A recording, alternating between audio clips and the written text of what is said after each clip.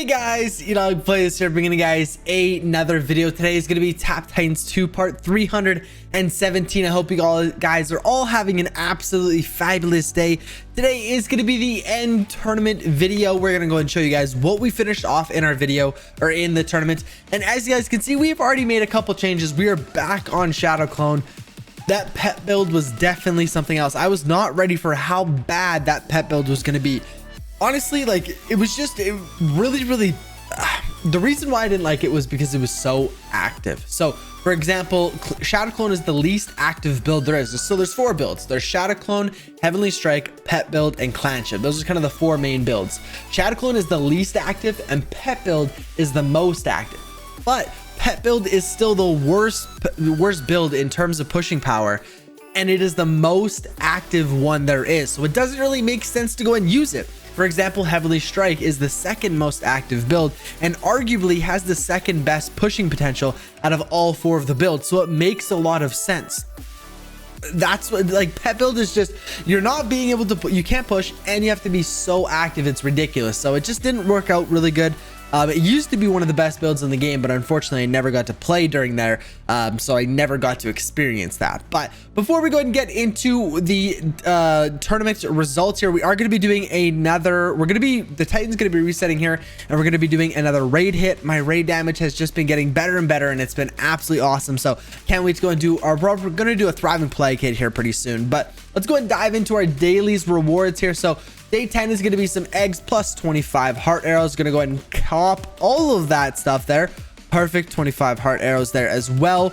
And if we go ahead and take a look at our daily achievements, we still need to collect equipment pieces, upgrade an artifact, and prestige. So let's go ahead and start doing that right now. So we're going to go in prestige. At the moment, I think yesterday was a decently big prestiging day. I think we did about 11 or 12 prestiges yesterday, which is not too bad. The day did reset literally in 2 hours ago, so haven't got to do any prestiges yet today. But luckily, we did get a decent amount in yesterday, which is awesome. So again, not going for top 10% or anything like that. Top 30% is going to be more than enough for me, but still like to get as many as many heart arrows as we possibly can, of course. Let's go and switch our helmet back. Unfortunately, honestly, we're in a bit of a weird spot right now. I need to have our mythic sword attack damage on really to do anything at the beginning here, but as soon as we unlock a ranged hero, I don't know, not this one, I think it goes melee spell or something. There's a ranged hero a little bit further up in the list here, and once we go and unlock that, I need to go and activate our ranged hero helmet because it was so much better. But sadly, I accidentally sold our legendary one. I think our legendary one was 202, and now we're down to 201. Still quite a bit better than our sword attack damage, so does do a lot more. But at the same time, we accidentally sold our legendary. I have no clue how that happened, to be honest with you. But the next day, I just logged on and we just didn't have it. So maybe I accidentally unlocked it. So as you can see, I have all the ones that I want to keep. All of them are locked. So I just always hit sell all. So I'm not sure if I accidentally unlocked it or really what happened there, but unfortunately we lost it, and there's really not much I can do about that. We need to go ahead and get another legendary because right now this rare one is not holding up very well. In terms of relics, I am not banking relics. I just have been really lazy and haven't done an artifact optimizer yet. Probably right before I join the tournament, I'm just gonna keep banking for a while. Then as soon as I join the tournament, or right before I join the tournament, I'm gonna go ahead and do a artifact optimizer and then join and go from there. But I do think I am gonna try something a little bit different. I think I'm gonna go ahead and try to join, not last minute, but the next day. I don't know if this algorithm is different, but I know previously, before the 5.1 update, it didn't really matter when I joined, if it was as soon as it came out or right when it was about to finish.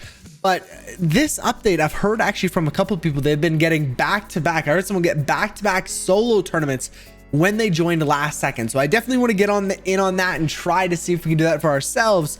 But again, just kind of try it once. Not going to do it multiple times or anything like that, but just to give it a go, try it once.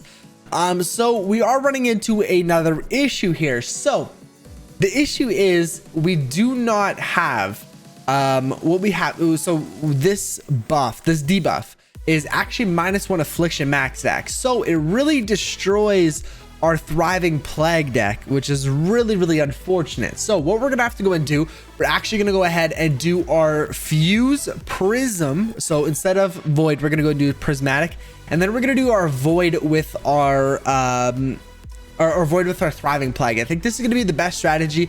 I've seen a lot of people doing it this way when you do have your low jack debuff. So we're going to go ahead and give this a go here. So we're going to go and do Prismatic with our Fuse. So I'm going to go and do the optimization, see what we'll be looking out for in terms of damage, and I'll get back to you guys. Okay, guys, so I did a little bit of testing here, and I'm actually getting more damage when I do the Maelstrom Thriving Plague deck than I am doing what's called Prismatic with the Fuse deck. So we're gonna go ahead and keep it the way we're doing it. Maelstrom with the Thriving Plague and Void with the Fuse.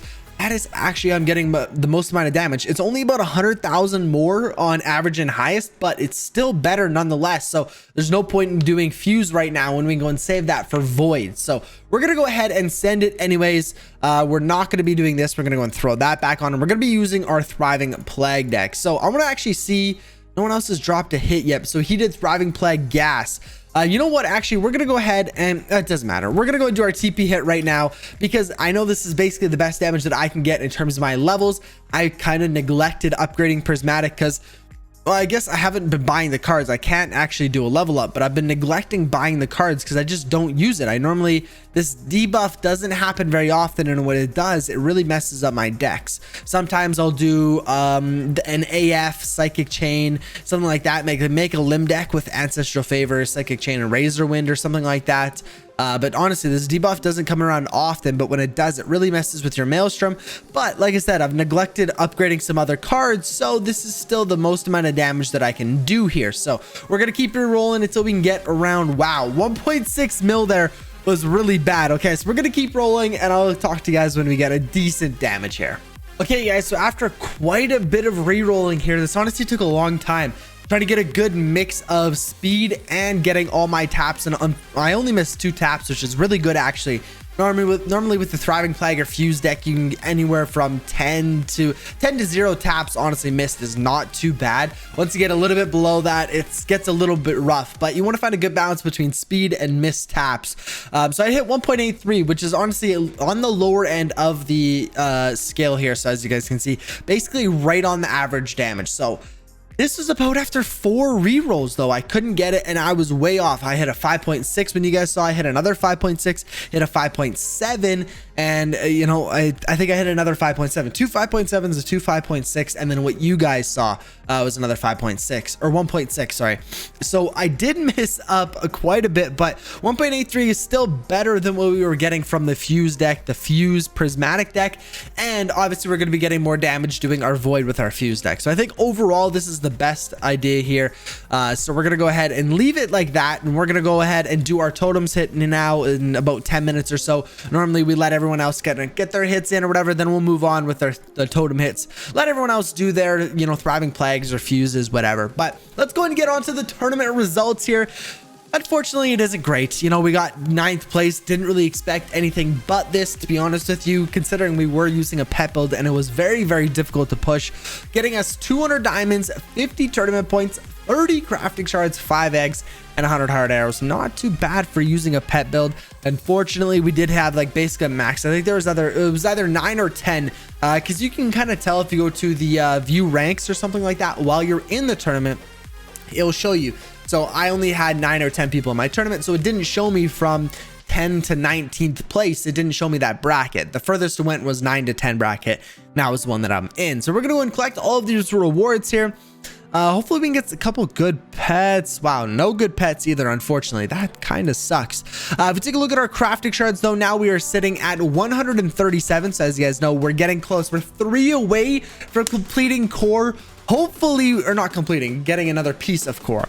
Hopefully here soon we'll go ahead and get some more crafting shards, but we got 5 pet levels here. We got a hero weapon here, and we also got 50 more diamonds. So we are getting, wow, not even close. Oh, you can't even get more crafting shards. That is unfortunate. So I guess we're maybe gonna have to keep re-rolling. Yeah, we're gonna have to keep waiting it out here. Hopefully maybe in the video chest one day we can go and get some crafting shards. That would be absolutely crazy. there is a 1% chance. I think I've got it maybe twice. Like, it is very, very rare to go ahead and get that. So maybe we'll wait for it. I don't know what the plan is there, but we'll just have to wait and see what happens. I don't want to, you know, buy any diamonds or, you know, buy the event pass just to get a couple crafting shards or anything like that. So we'll just have to wait and see. In terms of our pet quests, we can go and dispatch, actually getting some pretty good pet quests there. What is that? A 7-star whole or 6-star? That's awesome. Actually, we got another 4-star. We can go and send out one of our lower ones. We can go and send out Phobos, I guess.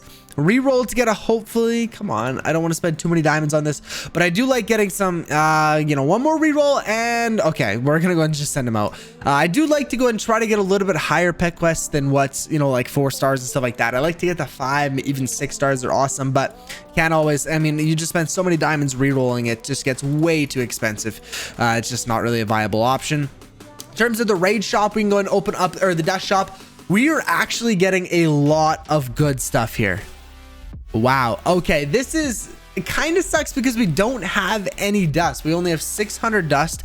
We can actually go and do purifying blast, but that's not on the top priority lists. And will it get us an upgrade? It will get us an upgrade though, when we do need that. I think that's second. I know Victory March is number 1, but we do have a Victory March. You know, we have the cards, so we're just waiting on the dust to come in. So we're gonna have to go and wait for that. Daily achievements, we can go and collect all of them, getting all of our raid tickets, all of our arrows, and some diamonds there as well. Absolutely awesome. And one more skill point there. Always love to see it. But guys, with that being said, I hope you guys did enjoy today's video. If you did enjoy another Tap Titans 2 video, be sure to go ahead and smash the like button and subscribe so you guys don't miss any more daily content. I will catch you guys in tomorrow's video. Peace out.